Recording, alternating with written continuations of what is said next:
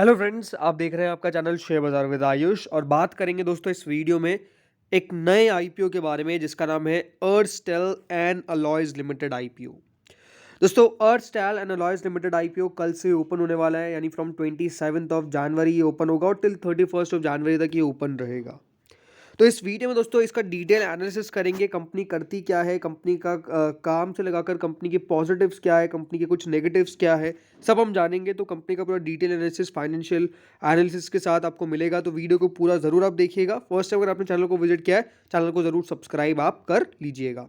तो सबसे पहले दोस्तों बात करें अर्स्टेल एंड अलॉयज के बारे में, तो कंपनी जो है वो 2009 में इनकॉर्पोरेट हुई थी। कंपनी का काम क्या है, कंपनी दोस्तों अर्स्टेल एंड अलॉयज लिमिटेड का काम साफ साफ ये कि वो मैन्युफैक्चर करती है कास्ट आयरन लम्प्स और डक्टाइल आयरन पाइप फिटिंग्स। तो दोस्तों इसका कंपनी का काम है, यानी कंपनी जो है वो आयरन लम्प्स और डक्टाइल आयरन पाइप फिटिंग्स का काम करती है। जो कंपनी है वो आयरन लम्प्स को मैन्युफैक्चर करती है बाय द कंपनी और उसको फिर यूज़ करती है in the form of raw material to manufacture products like iron pipe fittings, machine components, जिसमें जैसे लाचे मशीन्स है, फैन कंपोनेंट्स है, manhole covers, decorative cast iron pieces, cast iron pipe fitting और कुछ other unit जिसमें company है वो engage हो जाती है।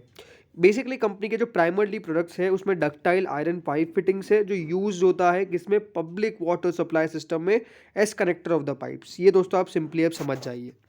दोस्तों कंपनी की मैन्युफैक्चरिंग यूनिट भी है अर्स्टेल एंड अलॉयज लिमिटेड की, जो located in the village of Duldula near by Raipur, Chhattisgarh के अंदर। दोस्तों कंपनी की एक मैन्युफैक्चरिंग यूनिट है जो करीबन 4.73 हेक्टेयर्स ऑफ लैंड में स्प्रेड है।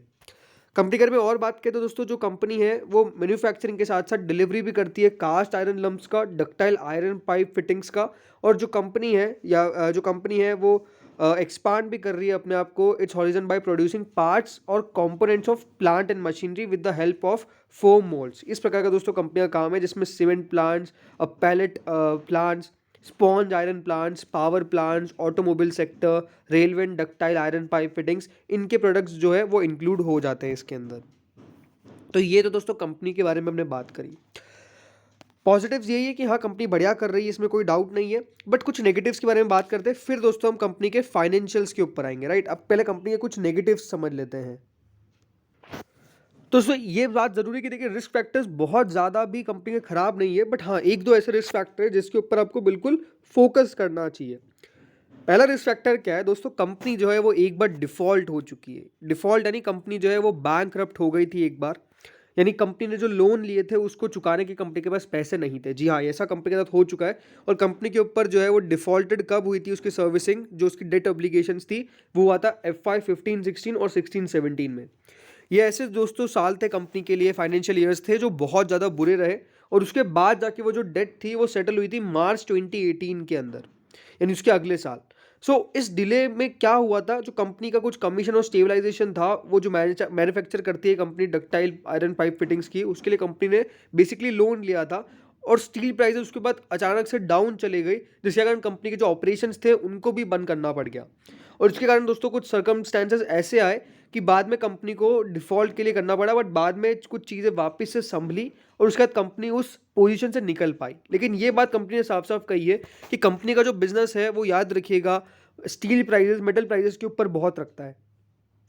यानी यानी देखिए कभी भी कुछ दिक्कतें आई अगर इस पूरी इंडस्ट्री के अंदर, तो कंपनी के ऊपर बहुत इंपैक्ट पड़ेगा। और ये कंपनी ने साफ साफ बताया भी है। जो कंपनी का सेकंड रिस्क फैक्टर है कि जो वो है वो बहुत ज़्यादा कंपनी सिग्निफिकेंट डिपेंडेंट है स्टील इंडस्ट्री के ऊपर।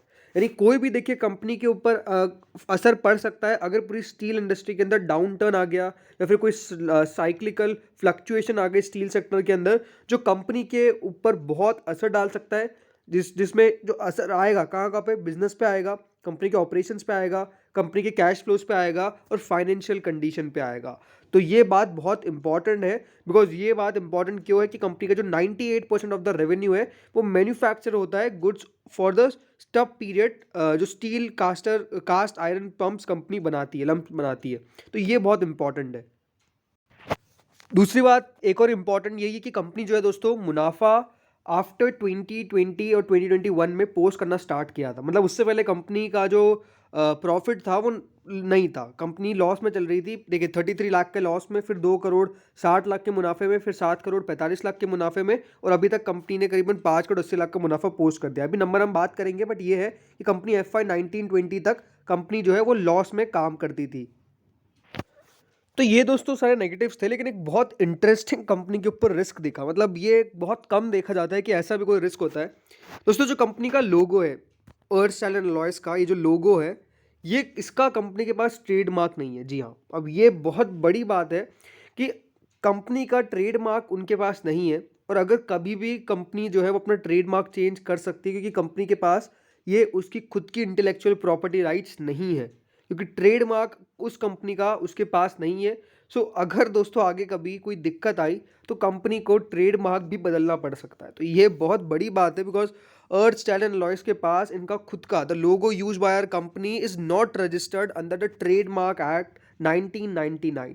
सो ये बहुत बड़ी बात है, बिकॉज ये देखिए नॉर्मली देखा नहीं जाता कि किसी कंपनी का उसका खुद का ट्रेडमार्क नहीं है। इसके पास ट्रेडमार्क नहीं है, ठीक है, ट्रेडमार्क होना ना होना बहुत बड़ी बात नहीं होती है, बट ये है कि हाँ एक कंपनी की पहचान है जो कंपनी एक लॉन्ग टर्म तक मेंटेन करना चाहती है। बट ये है कि इनके पास ज़रूर ये दिक्कत है। अब आते हैं दोस्तों कंपनी के फाइनेंशियल्स पर। देखिए 31 मार्च 2020 तक जैसे मैंने आपको बताया कंपनी नुकसान में काम कर रही थी। 31 करोड़ का रेवेन्यू था, लेकिन कंपनी का 33 लाख का नुकसान था। उसके अगले साल दोस्तों रेवेन्यू जो है तो ड्यू टू कोविड गिरा, 24 करोड़ 57 लाख पे आया, लेकिन कंपनी का मुनाफा आ गया 2 करोड़ 60 लाख का। उसके अगले साल दोस्तों कंपनी ने रेवेन्यू किया ऑलमोस्ट 50 करोड़ के आसपास का, और 7 करोड़ 45 लाख का कंपनी ने मुनाफा पोस्ट कर दिया। और कंपनी ने अभी 2 क्वार्टर के अंदर ही दोस्तों ऑलमोस्ट 50 करोड़ का रेवेन्यू पोस्ट कर दिया, यानी पिछले साल के बराबर का रेवेन्यू जो है वो कंपनी ने मात्र 2 क्वार्टर्स के अंदर पोस्ट कर दिया है। और कंपनी जो है वो मुनाफे में है करीबन 5 करोड़ 80 लाख के। इसका मतलब यही है कि कंपनी जो है वो 11 करोड़ तक का इस बार मुनाफा जो है वो पोस्ट कर सकती है, 11 करोड़ प्लस। सो कंपनी के फाइनेंशियल्स अनडाउटेडली बहुत ही ज़्यादा इंप्रूव हुए हैं। एक समय जहाँ पे कंपनी के ऊपर डिफ़ॉल्ट थी, उसके बाद से दोस्तों आज कंपनी जो है वो 5 करोड़ 80 लाख के 2 क्वार्टर के अंदर मुनाफा पोस्ट करने में सक्षम है। तो आई थिंक ये बहुत बड़ी बात है। कंपनी ने देखिए काफ़ी साइकिल्स हम कह सकते हैं, काफ़ी इन द सेंस कि हाँ एक ऐसी साइकिल देख ली जहाँ पे कंपनी का बहुत बुरा पीरियड था, बट कंपनी उससे निकल के आ गई। तो ये आप एक कंपनी के लिए पॉजिटिव कह सकते हैं। और अगर आगे बात करें तो दोस्तों कंपनी अपना IPO लेके क्यों आना चाहती है। कंपनी को दोस्तों कैपिटल एक्सपेंडिचर के लिए फंडिंग चाहिए, जिसमें कंपनी जो है वो चेंज करेगी electric supply voltage from 33 kilowatt to 132 kV। ये बात इंपॉर्टेंट है, जिसमें मैन्युफैक्चरिंग फैसिलिटी जो कंपनी की विलेज दुलदुला बलौदा बाजार छत्तीसगढ़ के अंदर है, वहाँ से वर्किंग कैपिटल रिक्वायरमेंट्स चाहिए, कुछ जनरल कॉर्पोरेट पर्पसेज और कुछ इशू एक्सपेंसेस चाहिए। अब दोस्तों ये पूरा का पूरा देखिए इशू जो है वो 12.96 करोड़ का है, और पूरा का पूरा ये फ्रेश इशू है। बुकबिल टाइप का IPO है, जो सिर्फ BSE SME पे लिस्ट होगा। QIBs को 30% शेयर, HNIs को 35% शेयर्स और रिटेल कैटेगरी को 35% शेयर्स। एक लॉट में आपको दोस्तों अप्लाई करने के लिए करीबन 40 रुपीज़ पे करने पड़ेंगे, जिसके 3000 आपको लॉट मिलेंगे। तो ये इंपॉर्टेंट बात है। IPO जो है वो ओपन होगा फ्रॉम 27, 31 तक ये ओपन रहेगा, बट ये बात ध्यान रखिएगा 27 को ओपन होगा, फिर ये 28, 29 को मार्केट हॉलीडे, फिर 30 और फिर 31। तो 3 दिन का ही इशू है ये। आपको 5 दिन 6 दिन का ऐसा लग रहा होगा, बट याद रखिएगा आप 3 दिन ही इस IPO के अंदर अपना पैसा लगा सकते हैं। लॉट साइज की बात करें दोस्तों, एक लॉट के अंदर आपको 1,20,000 रुपये का पे करना पड़ेगा। 2 अगर आप लॉट लगाते तो वो आप HNI कैटेगरी में फॉल कर जाएंगे, 2,40,000। कंपनी के प्रमोटर्स दोस्तों करीबन 100% की हिस्सा रखते हैं, लेकिन अब 73.53% की हिस्सा हो जाएगी। कंपनी के प्रमोटर्स कौन है। कंपनी के प्रमोटर्स है दोस्तों रवि लड्ढा, राजेश सोमानी, प्रवीण सोमानी एंड पदम कुमार जैन। तो ये दोस्तों कंपनी के आपको प्रमोटर्स देखने को मिल जाएंगे। अब मेरा वर्डिक्ट क्या है, आई थिंक कंपनी जो है वो बढ़िया है। देखिए कंपनी जो है वो आई थिंक बहुत बढ़िया कर रही है लास्ट 1-2 साल से। लास्ट 1-2 ईयर्स में कंपनी ने बहुत ही बेहतर नंबर्स दिखाए हैं, और ये अपने आप में एक बहुत बड़ी बात है कि दोस्तों कंपनी जो है वो इस प्रकार के सॉलिड जो है नंबर्स पेश कर रही है, राइट। सो अगर दोस्तों इस प्रकार के नंबर रहते हैं तो आई थिंक ये बहुत ही ज़्यादा एक बहुत बेहतरीन इशू होने वाला है, जो कंपनी जो है वो मात्र 40 रुपये पे शेयर को लेके आ रही है। तो आई थिंक लॉन्ग टर्म की कहानी पे ना जाके शॉर्ट टर्म में लिस्टिंग इन पे पैसा बनने के चांसेस जो है वो पूरे पूरे हैं। यानी ये जो पैसा है वो आपको लिस्टिंग इन पे बना सकता है। सब्सक्रिप्शन बहुत बढ़िया भी इसके अंदर आ सकता है। करंट ग्रे मार्केट की बात करूँ करंट ग्रे मार्केट दोस्तों इसकी 40% चल रही है, 16 रुपये चल रही है। इसका मतलब यही है कि कंपनी जो है वो आपको बेहतरीन लगा, मतलब खुलते से ही ग्रे मार्केट आ गई है। सब्जेक्ट टू रेट्स करीबन इसकी चल रही है 45,000, which is a very impressive figure. 45,000 तक का मुनाफा हो सकता है, तो आई थिंक हाँ, इस इशू में अप्लाई करिए। अगेन जैसे मैंने कहा, लॉन्ग टर्म पे ना जाके ओनली लिस्टिंग गेन के लिए मुझे लगता है कि इशू बढ़िया नजर आता है। इस वीडियो में इतना ही था। Thank you friends for watching this video.